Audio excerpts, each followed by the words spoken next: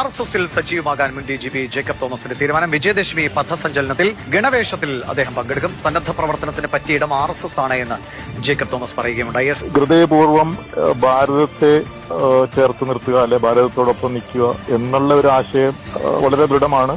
അപ്പൊ അതുകൊണ്ടാണ് ഈ 100ാം വർഷമാകുന്ന RSSൽ ഞാൻ കൂടുതൽ സജീവമാകാൻ വേണ്ടിയുള്ള ഒരു തയ്യാറെടുപ്പ്.